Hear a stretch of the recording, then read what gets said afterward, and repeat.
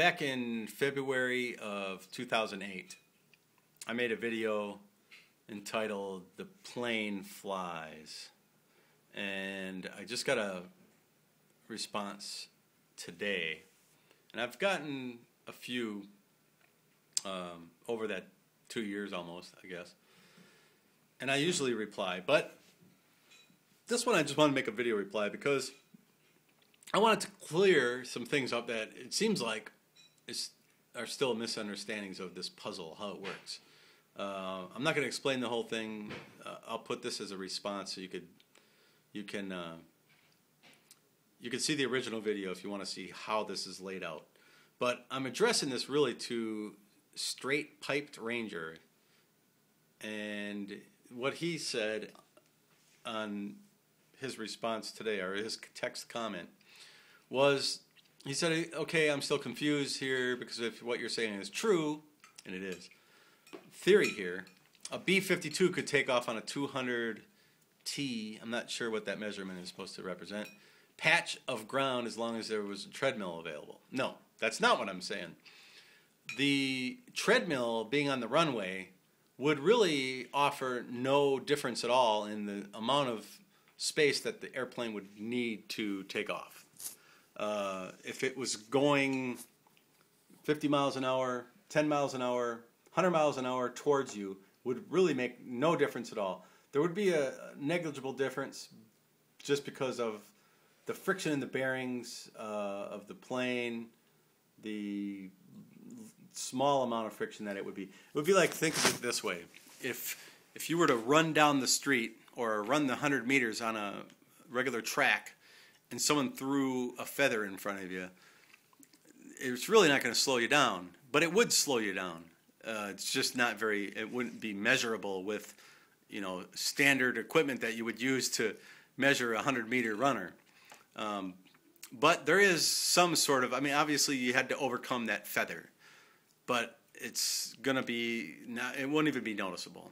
So that's pretty much how little the treadmill would play in taking off, maybe a little bit more than the feather example, but an airplane doesn't need to grip the runway or grip the road in order for it to take off.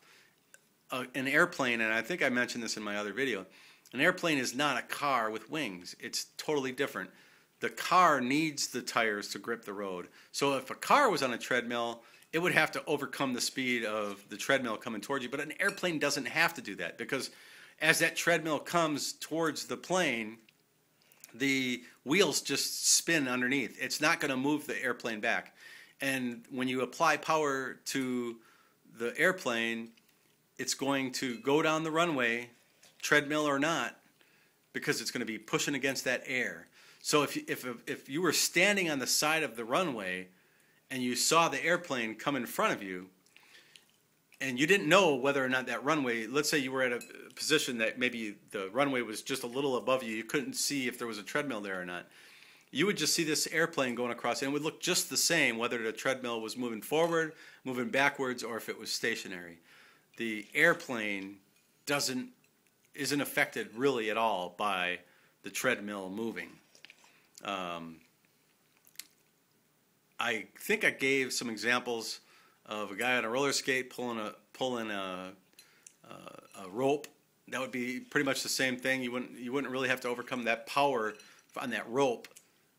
You don't have to pull any harder to get yourself to go forward, other than, again, that little bit of friction in your tires or the bearings you'd have to overcome.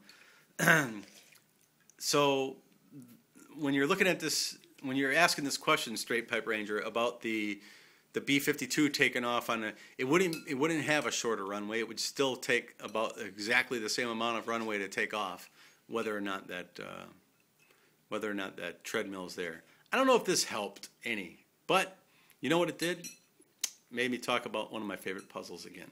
So hopefully you'll see this, you'll respond to it. I don't know if it helped. If you ask any questions, I'll probably make another video if you still are confused. But just remember, the airplane's tires don't need to grip the road. That's the most important thing. If you can get that through your mind and try to picture what it would be like, those tires are just going to spin.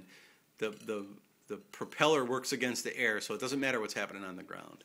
That's why this puzzle works. It's not going to look like the plane's just going to take off in midair. That's what a lot of people think this is about, but it's not. So, anyways, I'll end it for now. Talk to you later.